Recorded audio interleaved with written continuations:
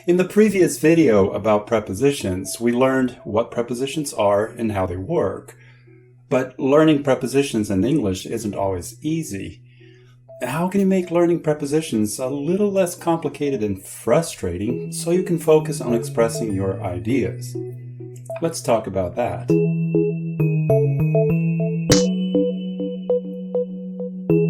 Hi, I'm Mark Franco. This is Snap Language Learner.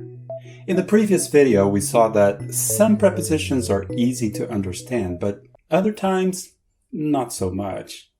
For example, you say, I'm interested in something, but why not on something or about something? Well, that's just the way it is. In goes with being interested. That explanation, that it's just the way it is, isn't very satisfying, is it? When you're learning something, you want to know how things work. Then, what's the best way to learn prepositions? Well, there is no one simple way, but there are a few things you can do to make it easier on you.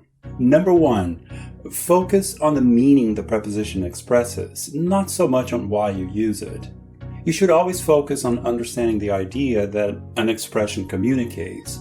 In any language, sometimes there's no easy way to understand why something is the way it is. Focus on learning the meaning being expressed. Then practice it until it becomes normal to you, until it starts sounding just right. You say, the plane leaves at 7 o'clock. My classes are on Tuesdays, and John's birthday is in May. You need to learn which preposition goes with these different times.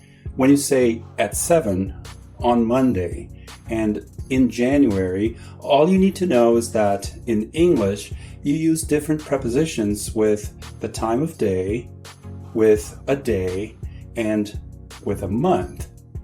At a time, on a day, in a month. Oh, and in a year. Learn it. Use it, practice it, and move on to more important things. Of course, there are some rules, but it's easier to understand a rule when you understand what it means. Simply memorizing rules doesn't mean you'll be able to use them to communicate well. Number two, learn the whole expression. It's easy to learn the meaning of some prepositions. For example, it's easy to understand the difference between the cat is in the box, next to the box, or behind the box. You can even show the difference using pictures and objects. For other prepositions, the relationship is not as clear as in these examples. For those, learn the whole expression together. For example, don't just learn interested. Instead, learn the whole expression, to be interested in something or in someone. You say, I'm interested in history. Susan is interested in science. Chris is interested in music. The verb insist, to insist on doing something. So you say, he insists on talking to you today. Protect, to protect someone or something from someone else or something else. Adults protect children from danger. You wear a jacket to protect yourself from the cold. Interesting. You say you agree with someone, but you protect someone. You don't need a preposition here. But why? Well, that's where you need to use tip number one. That's just the way it is. Some words go with a specific preposition. Other words don't even need a preposition. Remember, focus on the meaning. In tip number two, learn the whole expression. Don't just learn interested, insist, and protect. You should learn to be interested in something, to insist on doing something, or to protect someone from something. Number three, learn from examples. If you keep a notebook where you list the things that you're learning, don't just make long lists of words or expressions and their prepositions. You should also write sentences showing them actually being used. A good dictionary should have examples showing how to use words. So see here, this dictionary has examples, and I can see that you say you protect yourself from something. You also protect yourself against something, like you protect yourself against an attack. I'm good at science. Peter is good at solving problems. Mary is good at sports. I'm good with numbers. Mike is good with children. I'm not very good with tools. It's easier to remember these short example sentences that make sense than it is to memorize long lists of expressions, prepositions, and rules. From these examples, you get that you're good at a skill or a subject, but you're good with people and things. Some people like to create flashcards so they can memorize new expressions.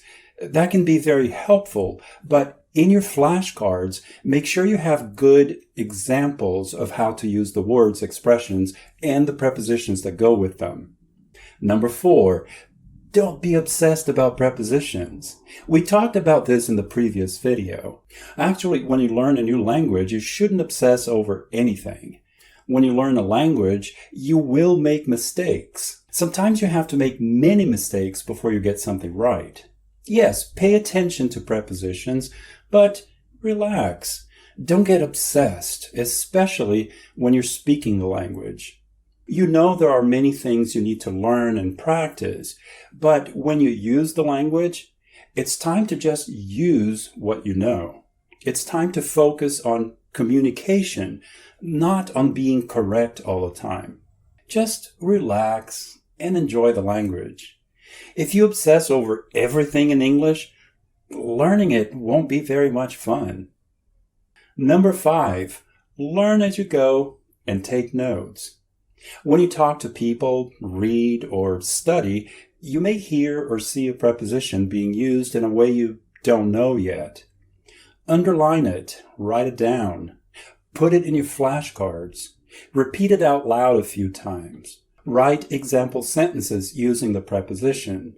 Try to learn it so you can use it yourself when you need it later.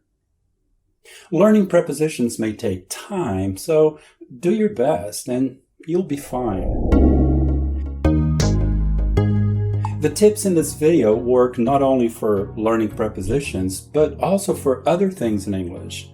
Always focus on what expressions mean and not so much on why you say something this way or that way. It's okay to learn why, but if you know why and don't understand what it means, well, it doesn't make sense to do that, does it? Learn whole expressions rather than individual words. As you do that, you'll also learn which preposition goes with which expression. Always look at example sentences so you know how prepositions are used to express real ideas. You can find examples in a good dictionary.